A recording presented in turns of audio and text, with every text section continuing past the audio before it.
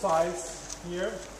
This is about 750,000 plants in here. These are planted now, just recently. These are planted a month ago, I would say. And depending on how long we want to keep them, you can change there are, I think, 3 different sizes of the pot. So if they're not going to be here that long, you can have a smaller pot, doesn't take that much space. And if you are going to keep them longer, if you are planting them down south, then you need a little bit larger pot. They are larger in the south because the insect pressure is stronger. They need to have a thicker stem if they're going to be planted south than in the north. They carry the seed.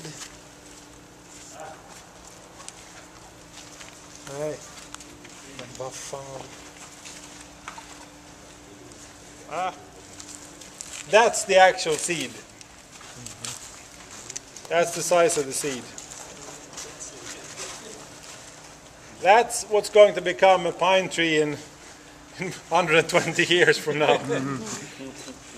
So, yeah. And the signs here, it tells this is the location of where they picked the seeds. That's the name of the place, and then it's the size of the pot, and then it's the first generation of this year, and that's probably the planting date. So that's you have to keep track of where they're coming from. That's the important part. There's another one over there, another location. So, and how many would there be in here? 750,000 with this pot size. With a smaller pot, that takes half the space, so it can be 1.5 million. But these are a little bit larger. We have started the planting for this year, but it's not. So far, it's not full. The whole area here, outside and inside, will be full in June, July. So we are working away the houses like this, because we have discovered that we really don't need them. We want to grow them outside instead. That's better. The reason we have had them here before is actually the curtains that you see, the blinds. You can pull the blinds here and make more or less complete darkness. And that's part of this winter process we talked about, how to tell them that actually now it's going to become winter. So you make the day shorter and shorter for them, and eventually they will go into winter mode. But we have a way of doing that outside as well these days, so we don't want to use this. How do you protect them against the snow then when you go outside? In the winter time, they are not outside. In the winter time, we take them inside. Yeah. These things are designed to be stacked on top of each other. So in the winter time, we bring them inside, and actually we put them in the freezer. It sounds strange, but we have them under controlled conditions in around plus 2, 3, 4 degrees in the winter time. If they have survived the first winter, and we do that sort of carefully, then their likelihood of surviving their next winter outside in the forest increases with 70%. So it's we keep them inside, locked up in the dark in the winter time. So in the summer you do outside. In the summertime we grow them. Give them sun. Yeah, give them as much sun as we can. We water them and we take care for them. And every pot, it takes a lot of space, this.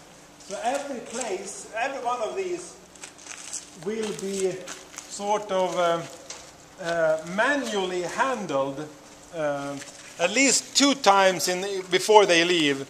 Because, for example, this will not work. Because these will compete with each other and that will not grow up to be a big one. So this will have to be taken out and you put in a fresh one or a good one. And this one, there is nothing here, it's been destroyed. So this you have to take out, put in a new one. And here, this one, this seed is up here, and it apparently didn't grow. So you want to keep them full as much as you can. And then eventually also, maybe you can see that outside, you will have grass or weeds or things coming up. And that you have to manually take out so it doesn't compete with what you're growing. So there are, in the summertime here, there could be 60, 70 people sitting here taking out weeds or whatever. A lot is done by like youth. Either it's soccer clubs or things like that, or it's people for summer work. They come here and do that. Actually, and quite common is one of the biggest ones are the girls' soccer team up here in this region. And we had last year we had the son of the president of Chanel USA. He asked whether we could have like an internship for his son, and he was actually up here. With all the girls? Exactly, and he loved it. So he has Holmen Skog tattooed on his arm. Yeah, well, he must have had a fantastic time up here. I mean, and it's also, the question is also, people ask all the time, in the winter time up here, what do you do? I mean, the closest movie theater is about 1 hour from where we stayed. And to go to like a real theater, I mean, you have to go to Stockholm. It's like 3 hours, 4 hours. So in the winter time, what do you do? And there are two answers: you ski and you make love. And then the trick thing is, then what do you do in the summertime? Then you stop skiing. I think that's what he practiced that as well. But the population should grow there. Yeah.